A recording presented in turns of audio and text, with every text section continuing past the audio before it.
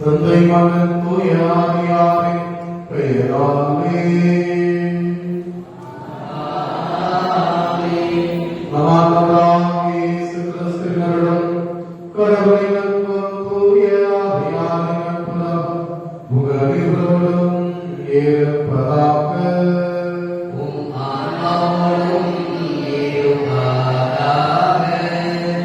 இயேசுவில் பிரியமானவர்களே, ஆண்டவருடைய நாளை கொண்டாடுகின்ற இந்த நல்ல நாளிலே நாம் அன்னை மரியாள் எலிசபெத் சந்தித்த அந்த திரு நிகழ்வை நாம் நினைத்து மகிழ்ந்து கொண்டாடி கொண்டிருக்கின்றோம்.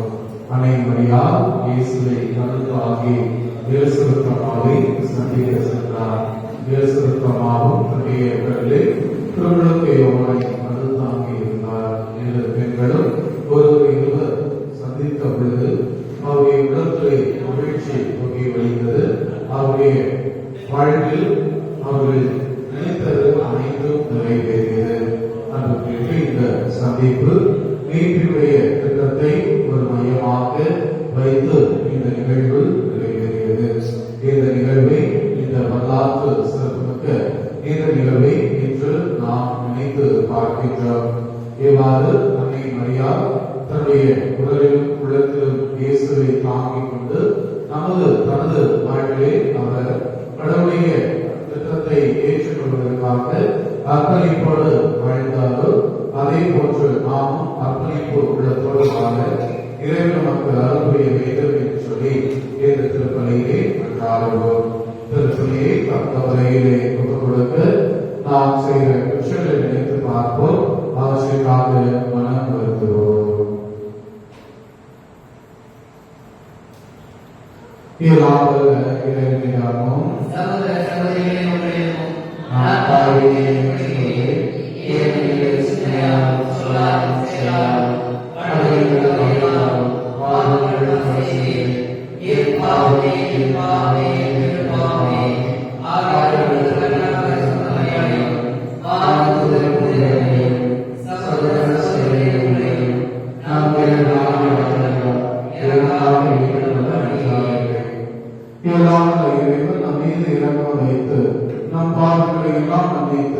நம்மை முடிவில்லா வாழ்வுக்கு அழைத்து செல்வாராக.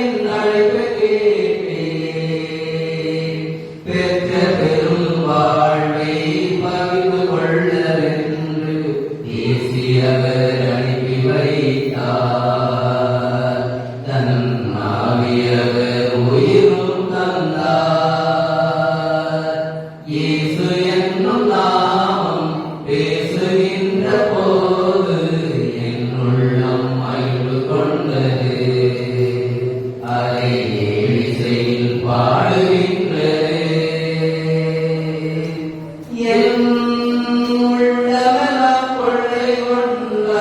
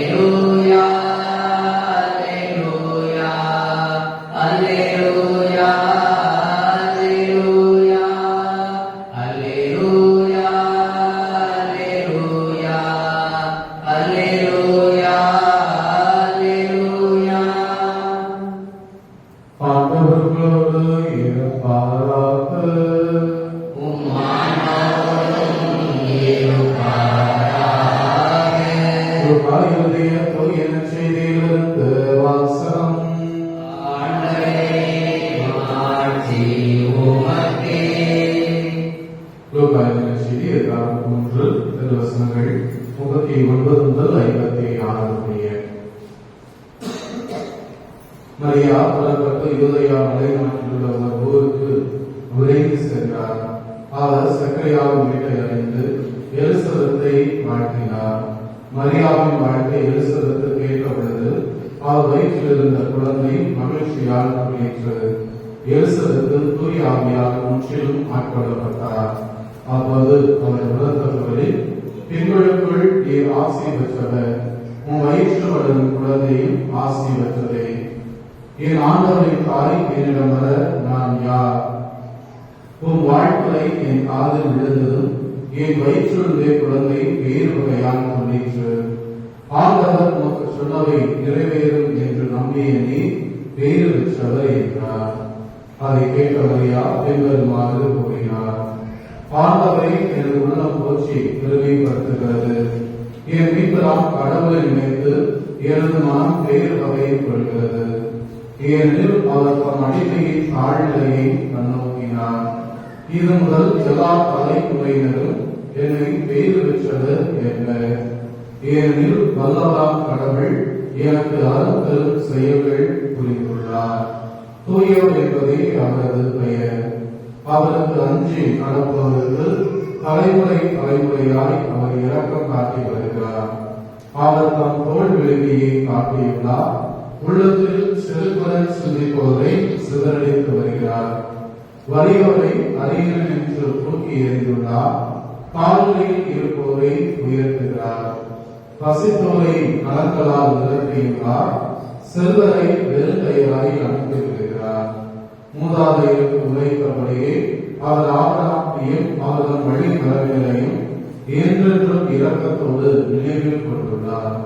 தம் ஊழியராக இஸ்ராயலுக்கு துணையாக இருந்து வருகிறார். மரியா ஏறக்குறைய 3 மாதம் எலிசபெத்தோடு தங்கியிருந்த பின்பு தம் வீடு திரும்பினார். ஆண்டவரின் அருள்வாக்கு.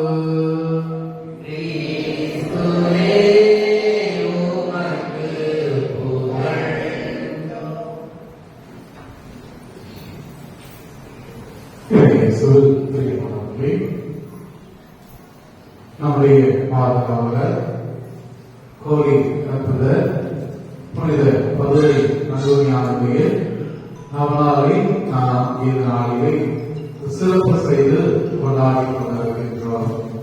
இந்த சிறப்பு மிக்க நல்ல நாளிலே இன்று அணையாம் திருச்சபை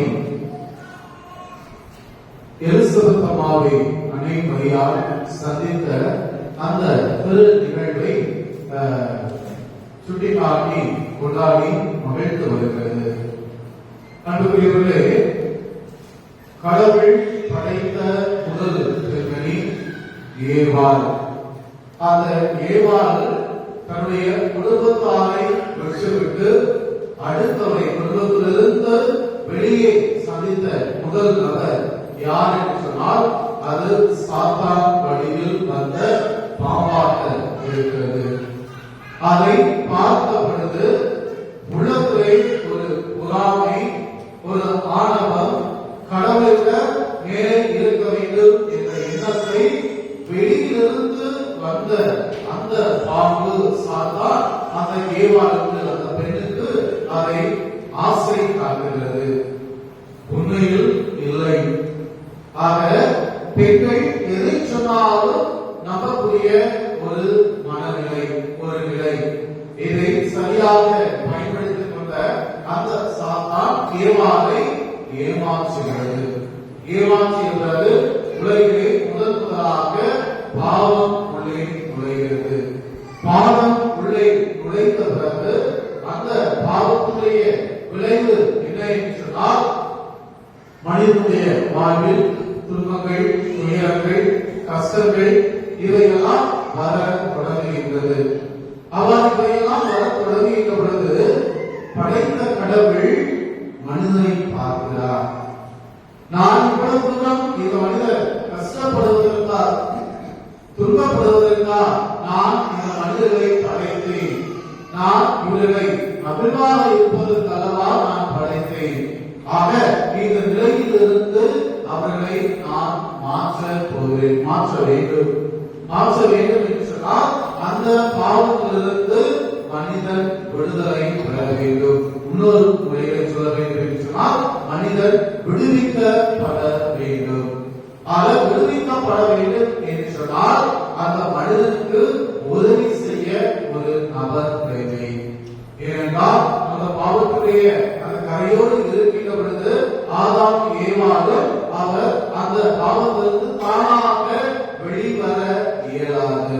உதாரணமாக ஒரு பெரிய குழி இருக்கிறது என்று சொன்னால் அந்த குழிக்குள்ளே உள்ளே விழுந்துவிட்ட மனிதன் தானாக வெளியே எடுத்து வர முடியாது. ஆனால் அவனுக்கு சொல்லி உதவி செய்ய இன்னொரு மனிதன் தான் வர முடியும். மற்ற விலங்குகள் அல்லது மற்ற நபர்கள் வருகிறார்கள் என்று சொன்னால் அவர்களை ஏற்றுக்கொள்ள முடியாத நிலை. மனிதனை விட பல மடங்கு சக்தி படைத்திருக்கக்கூடிய யானை அந்த குழியில் இருக்கக்கூடிய அந்த மனிதனுக்கு தன்னுடைய துதிக்கையை கொடுத்து இந்த துணிக்கையை நீ பிடித்துக் கொண்டு மேலே ஏறி வா என்று சொன்னால் மனிதர்கள் ஏறி வரமாட்டார்கள். காரணம் என்ன என்று சொன்னால் அந்த யானை என்ன எண்ணத்தோடு அந்த துதிக்கையை கொடுக்கிறது என்பது நமக்கு தெரியாது. அந்த யானையை பார்த்து மனிதன் பயப்படுகின்றார். அதே வேளையிலே இன்னொரு மனிதர் ஒரு கையை கொடுத்து நீட்டி என்னுடைய கையை பிடித்துக் கொண்டு நீ மேலே எழுந்து வா என்று சொல்கிற பொழுது குழிக்குள் இருக்கக்கூடிய மனிதன் தன்னுடைய கரங்களை நீட்டி அந்த மனிதனுடைய கரத்தை பிடித்து மேலே வருகின்றார். ஆக இத்தகைய ஒரு நிலைதான் பாவத்தில் இருக்கக்கூடிய இந்த மனித குலம் மீட்கப்பட வேண்டும். பாவத்திற்கு காரணம் யார் என்று சொன்னால் ஒரு பெண்ணாக இருக்கின்றார். ஆக முதலிலே பெண் என்பவள் தூய்மையாக்கப்பட வேண்டும். எந்த பெண் வழியாக பாவம் நுழைந்ததோ அந்த பெண் தூய்மையாக்கப்பட வேண்டும். எனவே கடவுள் அன்னை மரியாளை தேர்ந்தெடுக்கின்றார். அன்னை மரியாளை தேர்ந்தெடுத்த பிறகு அன்னை மரியாளை இன்று நாம் அமலோற்ப மாதா என்று சொல்கிறோம். காரணம் என்ன என்று சொன்னால் அவர் கருவாக உருவாக்குகின்ற பொழுதே இந்த பாவம் இல்லாமல் அவர் கருவாக உருவாக்கப்பட்டார். எனவேதான் மாசு மறுவற்ற கன்னிகையே என்று நாம் சொல்கிறோம். அவர் அன்னை மரியாளுடைய பெற்றோர் சுவைக்கின் அண்ணா இருவருமே அண்ணாவுடைய உடலிலே அவர் கரு தாங்கி வருகிற பொழுது அன்னை மரியாள் கருவாக உருவாக்குகின்ற பொழுதே அங்கு அன்னை மரியாள் அங்கு மாசு மறுலாமல் பிறக்கின்றார். அன்புக்குரியவர்களே, நமக்கெல்லாம் ஜென்மபாவை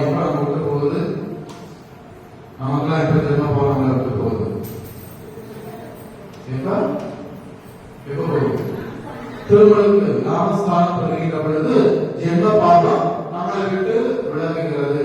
ஆனால் அன்னை மரியாளுக்கு எப்பொழுது அவர் கருவாக அண்ணாவினுடைய புனித அண்ணாவினுடைய உடலிலே கருவாக உருவானாரோ அப்பொழுதே அந்த பாவமானது நீக்கப்பட்டது. கடவுள் நீக்குகின்றார். பழைய ஏற்பாட்டிலே அந்த ஏற்பாடு வழியாக பாவம் நுழைத்ததை கடவுள் இங்கு அன்னை மரியாதை வழியாக அதை நீக்குகின்றார். நீக்கக்கூடிய கடவுளை அவர் தன்னுடைய உடலிலே தாங்குகின்றார். இன்னைக்கு பல சபைகளாக இருக்கலாம் அல்லது பல மனிதனுடைய சிந்தனையாக இருக்கலாம். அன்னை மரியாள் ஒரு கருவி. எவ்வாறு உணவு அருந்துவதற்கு நாம் வாய்களையை பயன்படுத்துகிறோமோ, உணவு அருந்திவிட்ட பிறகு அந்த வேலையை என்ன செய்யணும்? பத்திரப்பட்டி வைக்கிறோம். அந்த வேலையை என்ன செய்யணும்? என்ன செஞ்சிடணும்? தூக்கி எரிஞ்சிடணும். அப்ப அன்னை மரியாள் கடவுள் உலகத்துக்கு வளர்ந்து உதவி பண்ணாங்க. ஆனா அது அவ்வளவுதான். அதுக்கப்புறம் என்ன செஞ்சிடணும்? தூக்கி என்ன செஞ்சிடணும்? அம்மா எரியும். அப்பா என்ன சொல்றாங்க? தூக்கி எதிர்த்து எதிர்த்து அனுப்பியுள்ள இப்பொழுது இருக்கக்கூடிய அந்த இளைஞர்கள் பத்திர அந்த எண்ணம் இருக்குதான் தெரியல.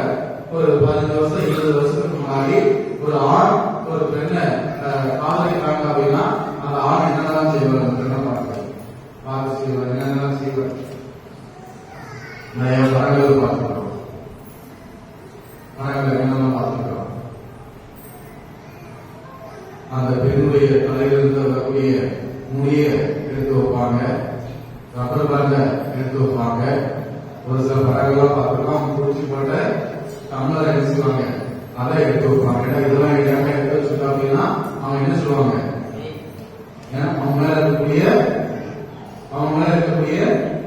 அன்பு அன்புக்குரியவர்களே, இன்னைக்கு அன்னை மரியாதை அவர்கள் சொல்வதை போல நாம் இளையாக பார்க்கிறோம் என்று சொன்னால் கூட நாம் அன்னை மரியாதை மீது வைத்திருக்கக்கூடிய அந்த அன்பினுடைய அடையாளமாக ஒரு சாதாரண பொருள் அவர்கள் தனக்கு பிடித்தவர்கள் பயன்படுத்தினார்கள் என்பதற்காக அதை காலகாலமாக வைத்திருப்பார்கள். இன்னும் வாழ்க்கையில பார்த்தோம்னா நம்ம அம்மா அப்பா பயன்படுத்தின ட்ரெஸ் வச்சிருப்பாங்க செஞ்சிருப்பாங்க.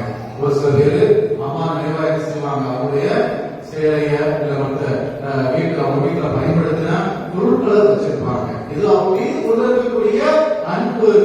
அந்த அன்னை மரியாதை நாம் கொண்டாடுகிறோம் என்று சொன்னால் அன்னை மரியாள் இந்த உலகிலே மீட்பரை கொண்டு வருவதற்கு அவர் உதவி செய்திருக்கிறார். எனவே அவர் மீது நான் வைத்திருக்கக்கூடிய அன்பினுடைய அடையாளமாக அவரை நான் ஏற்றுக்கொள்கிறேன். நான் அவரை அன்பு செய்கிறேன். கடவுளுக்கு நிகராக அல்ல, மாறாக கடவுளை நாம் ஆராதிக்கின்றோம். ஆனால் அன்னை மரியாதை நாம் வணங்குகின்றோம். ஆக அந்த நிலையிலே நாம் அன்னை மரியாதை இன்றைய கால சூழ்நிலையை ஏற்றுக்கொள்ள நாம் கடமைப்பட்டிருக்கின்றோம். அன்புக்குரியவர்களே, இன்றைய நாள் விழா அன்னை மரியாள் எலிசபெத்து இருவரும் சந்தித்த அந்த நிகழ்வை நாம் கொண்டாடுகின்றோம். இன்று அன்னை மரியாள் எலிசபெத்தை பாராட்டி வாழ்த்தி ஒரு பாடல் பாடினார்.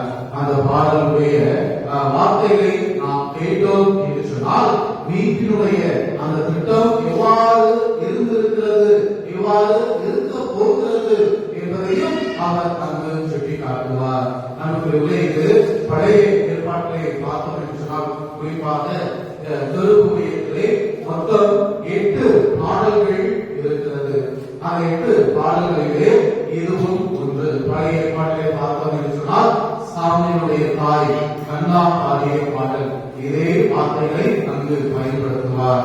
அதே போன்று அன்னை மரியாளும் இன்று பாடல் பாடுகிறார். இதற்கு முன்பாக லூக்கா நற்செய்தியிலே நாம் பார்த்தோம் என்று சொன்னால் திருமுழுக்கு யோவானுடைய தந்தை செக்கரியாவும் பாடல் பாடுவார்.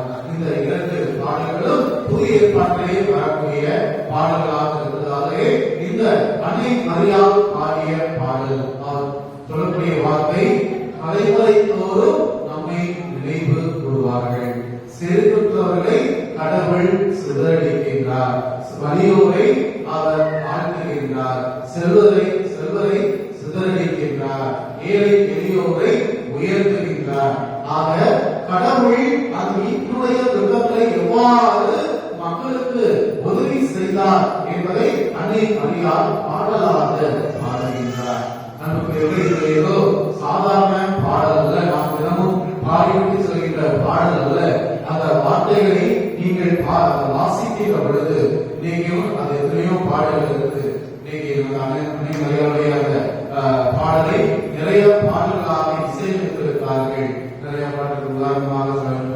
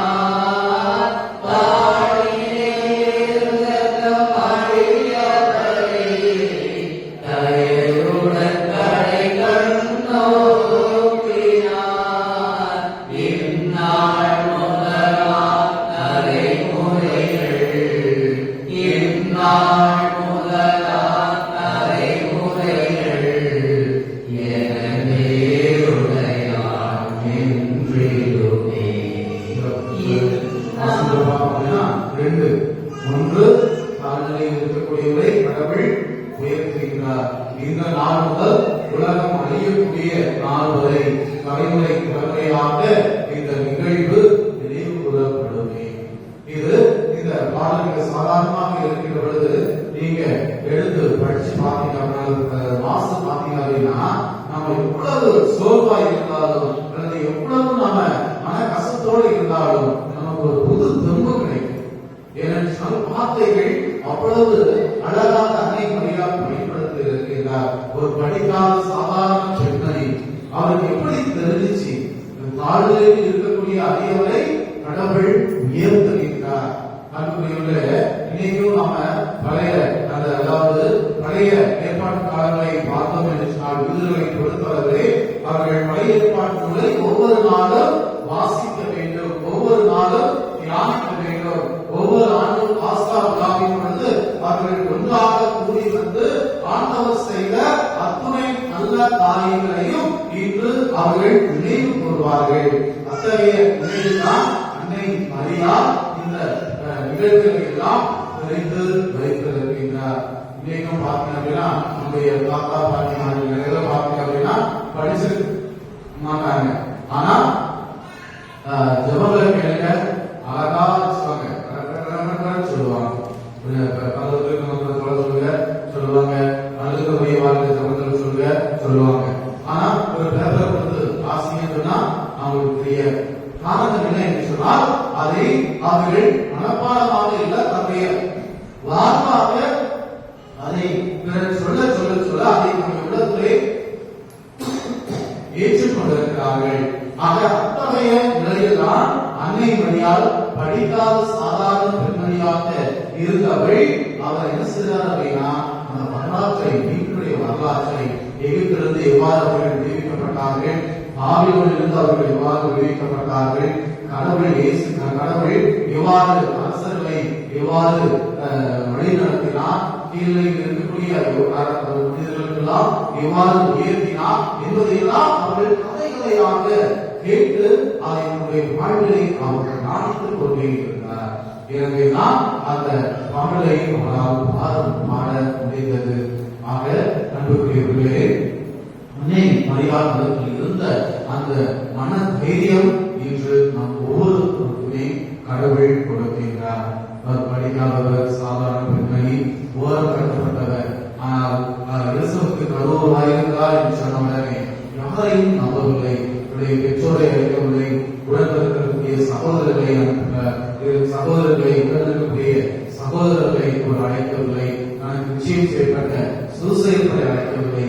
அவருக்கு உதவி தேவை, நான் செல்கிறேன், எனக்கு தைரியம் இருக்கிறது, கடவுளினோடு இருக்கிறார், பிறகு நான் இதற்கு அஞ்ச வேண்டும், நான் செல்கிறேன் என்று சொல்லி அவர் அந்த தைரியத்தோடு எலிசபெத் சந்தித்தார். அவருடைய இறுதியிலே ஆண்டவரை அவர் பற்றி கொண்டார்கள். எனவேதான் இருவருடைய உள்ளத்திலும் மகிழ்ச்சி பற்றி கொண்டது. அந்த மகிழ்ச்சி எந்த அளவிற்கு சென்றது என்று சொன்னால், தன்னுடைய வயிற்றில் இருக்கக்கூடிய அந்த சிசுவுக்கும் குழந்தைக்கும் அந்த மகிழ்ச்சி சென்றது. எனவேதான் எலிசபெத் தெளிவாக சொல்றாங்க, வார்த்தையை கேட்ட உடனே என்னுடைய உள்ளத்திலே என்னுடைய உடலில் இருந்த குழந்தை மக்களிப்பால் துள்ளிச்சை என்று சொல்றார். அவை இத்தகைய பிறகு தாயை நம்முடைய தாயாக நாம் கொண்டிருக்கின்றோம். அப்படி என்று சொன்னால் அவருடைய உள்ளத்தில் இருந்த மன உறுதி இன்று நம் ஒவ்வொருவருக்குமே தேவைப்படுகிறது. எனவே வேத திருப்பலியிலே அன்னை மரியாதையில் இருந்த அந்த மன உறுதி கடவுள் நமக்கும் தர வேண்டும் என்று சொல்லி வேத திருப்பலியிலே கொண்டாடுவோம். ஆமென். மலர்களில் எந்தன் மனதினை தருகின்றே, பழங்களில் எந்தன் பண்பினை தருகின்றே, அப்பத்தின் வழியில் அன்பினை சேர்த்து தாழ்ச்சி ரசத்தில் தியாகத்தை கலந்து என்னை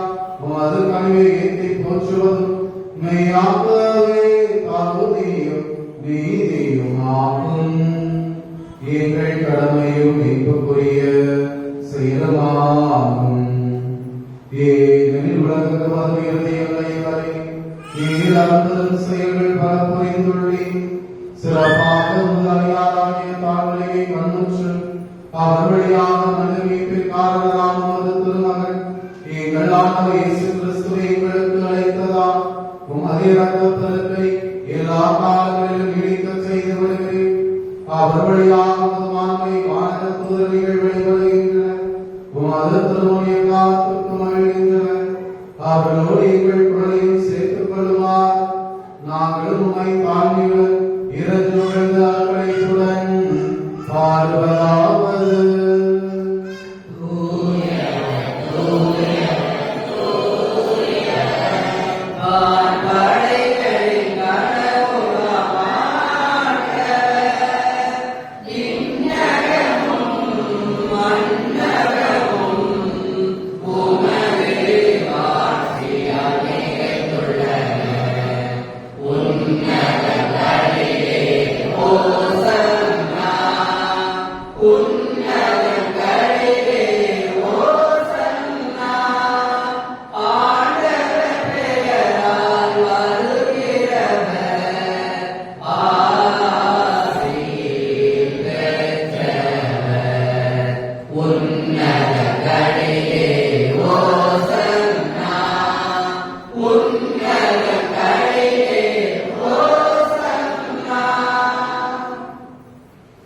ஆகவே இயற்கையாகவே தூயவர் தூய்மை அளித்திருக்கும் போற்று.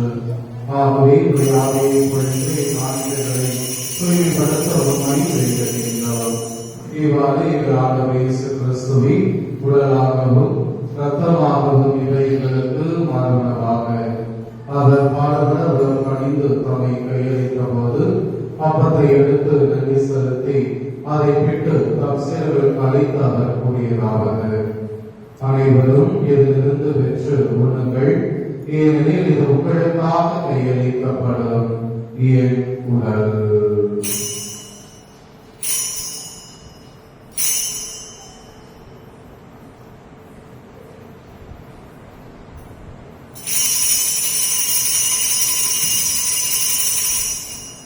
அவனமே இரவு விருந்தை அருந்திய பின் கிணத்தை அடுத்து மீண்டும் உமக்கு நன்றி கூறி தம் சீடர்களுக்கு அளித்து அவர் கூறியதாவது: அனைவரும் இதிலிருந்து பெற்று அருந்துங்கள், ஏனெனில் இது புதிய நிலையான உடன்படிக்கைக்குரிய என் இரத்தத்தின் கிண்ணம். இது பாவ மன்னிப்புக்கென்று உங்களுக்காகவும் பலருக்காகவும் சிந்தப்படும். இதை என் நினைவாக செய்யுங்கள்.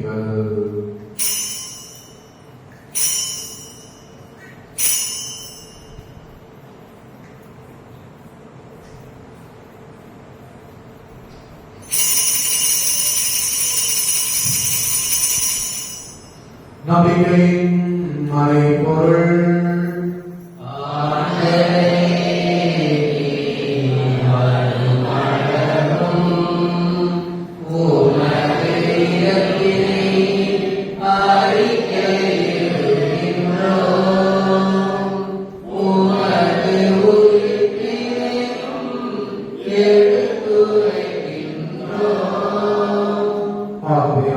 நாங்கள் கிறிஸ்துவின் இறப்பின் உயிர்ப்பின் நினைவு கூர்ந்து வாழும் அப்பத்தை மீட்பளிக்கும் கிண்ணத்தையும் அனுபவப்படுகின்றோம்.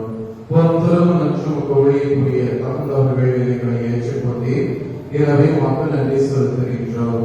மேலும் கிறிஸ்துவ உடலின் இரத்தத்தில் பங்குபடுகின்ற தூய் ஆவியார் ஒன்று சேர்க்க வேண்டும் என உண்மை தாழ்மையுடன் நன்றாடுகின்றோம். ஆகவே உலகிற்கு வரவிருக்கும் திருவிழாவியை நினைவு கூர்ந்தவர்களும் எங்கள் திருத்தந்தை நீயோ எங்கள் ஆயிரம் சாமி எல்லா திருத்தலைகளாகிய அனைவரும் உமது திருவிழாவை அன்பில் நிறைவுற செய்திருக்கிறோம். உயிர்த்தெழுந்து நோக்கோடு துயிர் எங்கள் சகோதர சகோதரிகளையும் இறந்துள்ள இறக்கத்துடன் நினைவு கூர்ந்து உமது திருப்பது உலகினுள் ஏற்றோம். எங்கள் அனைவர் மீதும் இரக்கமாயிரும்.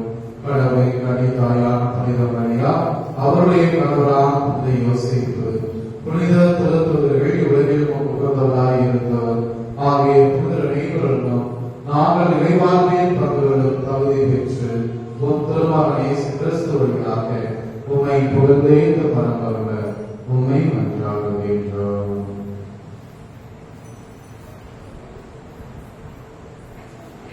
இவ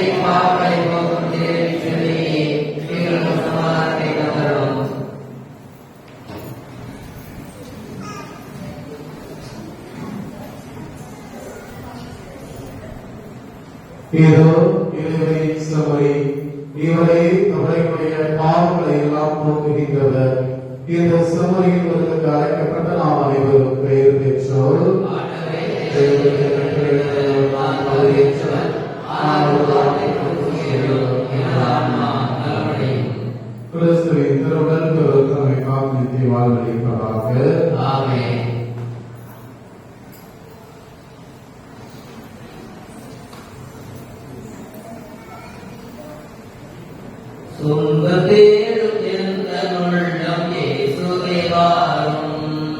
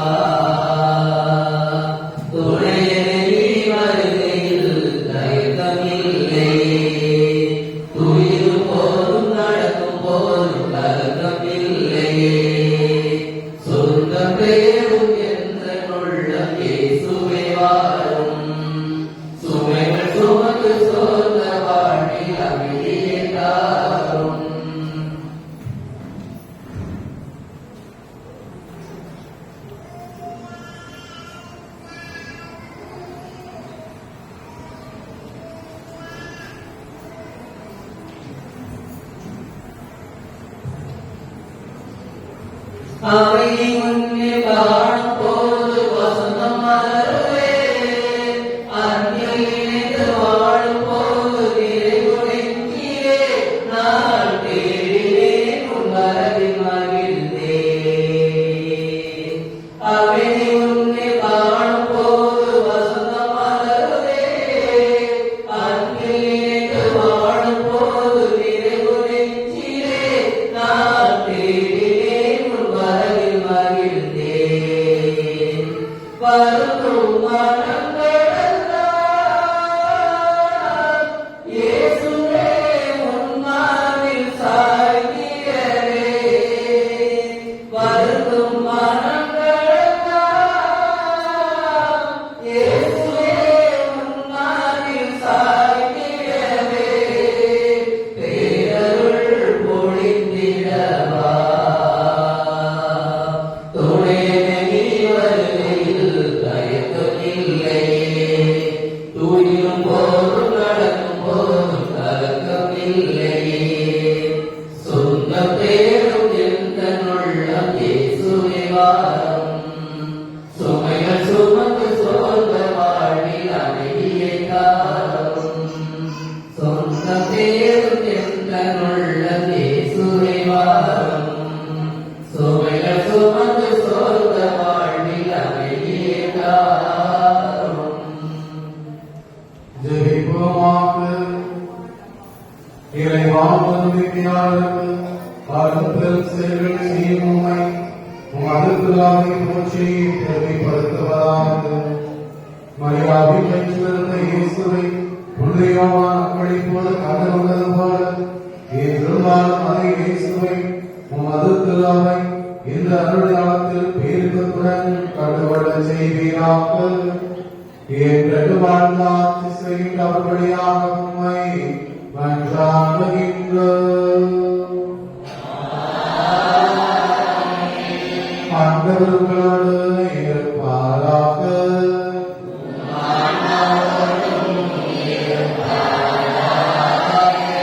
எல்லாம் வல்ல இறைவன் தந்தை மகன் தூயாமை உங்களை ஆசீர்வதிப்பாராக.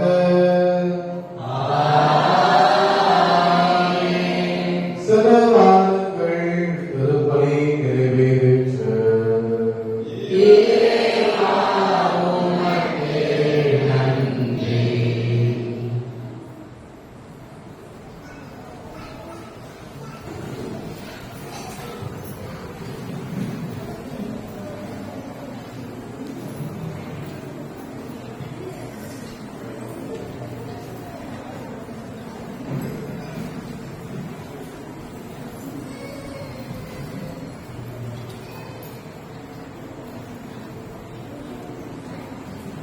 இறைவிடா